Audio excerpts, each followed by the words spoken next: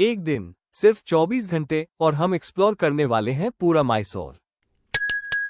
सबसे पहले हम चलते हैं इस शहर के दिल में, मैसूर पैलेस। जैसे ही अंदर एंट्री लेते हो, रॉयल फील अपने आप आ जाती है। ऐसा लगता है किसी फिल्म के सेट पर आ गए हो। यह वोडेयार वंश का आधिकारिक निवास स्थान हुआ करता था और मैसूर राज्य की सत्ता का मुख्य केंद्र भी था। प्रवेश द्वार के अंदर 2 संरक्षित हाथियों के सिर लगे हैं, जो शाही शिकार और परंपरा का प्रतीक है। यह अष्टकोण हॉल शाही विवाह, जन्मदिन और समारोहों के लिए उपयोग होता था। लोहे के खंभों पर टिका गुंबद और अंदर 26 पेंटिंग्स हैं, जो दशहरा जुलूस को दर्शाती है। मैसूर पैलेस की पेंटिंग्स बेहद सुंदर और बारीक कला का उदाहरण है। ये कई कलाकारों ने बनाई है, जिनमें सबसे प्रसिद्ध नाम राजा रवि वर्मा का है। मैसूर पैलेस के हाथी दशहरा उत्सव की भव्य जंबू सवारी के दौरान चर्चा में रहते हैं। इसके अलावा यहां नक्काशीदार दरवाजे और रॉयल फैमिली की पेंटिंग्स भी देखने लायक है। मैसूर के राजा कुश्ती के बड़े संरक्षक थे। उनके शासन में जेटी नाम के पहलवानों को खास प्रोत्साहन मिलता था। वे वज्रमुष्टि नाम की कठोर कुश्ती करते थे, जो खासकर दशहरा के समय दिखाई जाती थी।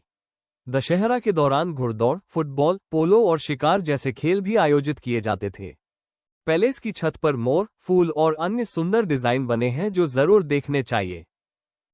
जब मैसूर के राजा राज्य के विभिन्न हिस्सों में जाते थे, तो लोग अपनी मांगें चांदी या चंदन की छोटी सुंदर पेटियों में प्रस्तुत करते थे और इन्हीं में स्मृति चिन्ह भी भेंट करते थे। पब्लिक दरबार हॉल में महाराजा जनता के सामने उपस्थित होते थे। यहाँ बालकनियां और गैलरी बनी है, जहां से शाही महिलाएं और अतिथि समारोह देखा करते थे। यह वो भव्य हॉल है जहां राजा अपने खास सलाहकारों के साथ राज्य के कामों पर चर्चा करते थे। यहाँ नीले और सुनहरे रंग की शानदार सजावट, सागौन की नक्काशीदार छत और कीमती पत्थरों से जड़ा संगमरमर फर्श देखने लायक है।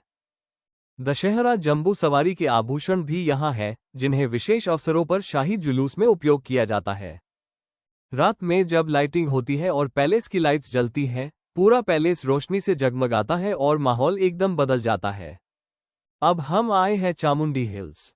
चामुंडी हिल्स पे मैसूर का एक प्रसिद्ध शक्तिपीठ है, जहां मां चामुंडेश्वरी का पवित्र मंदिर स्थित है। मां चामुंडेश्वरी मैसूर के महाराजाओं की कुलदेवी और पूरे मैसूर की अधिष्ठात्री देवी है। लोग यहां दर्शन करने के बाद चामुंडी हिल्स से मैसूर शहर का शानदार नजारा भी देखते हैं। खाने की बात करें तो वर्ल्ड ऑफ मैसूर पाक जरूर आइए। यहां आप हर तरह के घी से भरपूर Mysore pak, classic, chocolate, mango और बहुत तरह की वैरायटी का स्वाद ले सकते हैं।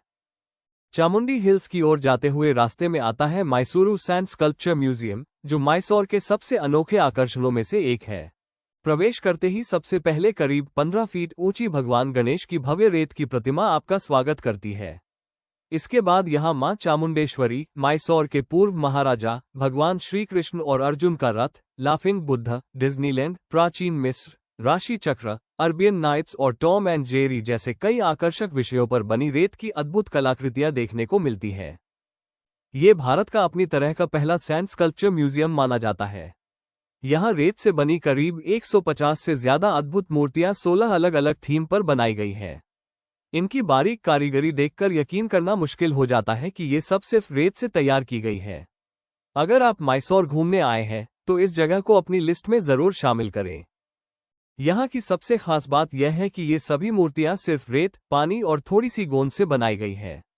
आमतौर पर रेत की कलाकृतियां समुद्र किनारे कुछ ही दिनों तक टिकती हैं, लेकिन इस म्यूजियम में इन्हें धूप, बारिश और कीड़ों से सुरक्षित रखा जाता है। इन मूर्तियों को बनाने में 100 से भी ज्यादा ट्रक रेत का इस्तेमाल किया गया है।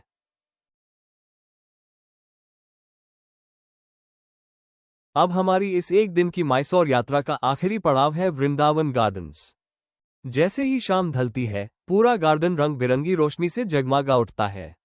यहाँ का म्यूजिकल फाउंटेन शो सबसे बड़ा आकर्षण है, जहाँ संगीत की धुनों पर पानी की फुहारें रंगीन रोशनी के साथ लहराती है। यह नज़ारा सच में देखने लायक होता है और पूरे दिन की यात्रा का एक शानदार समापन बन जाता है। तो दोस्तों, इसी के साथ हमारी एक दिन की मैसूर यात्रा यहीं समाप्त होती है।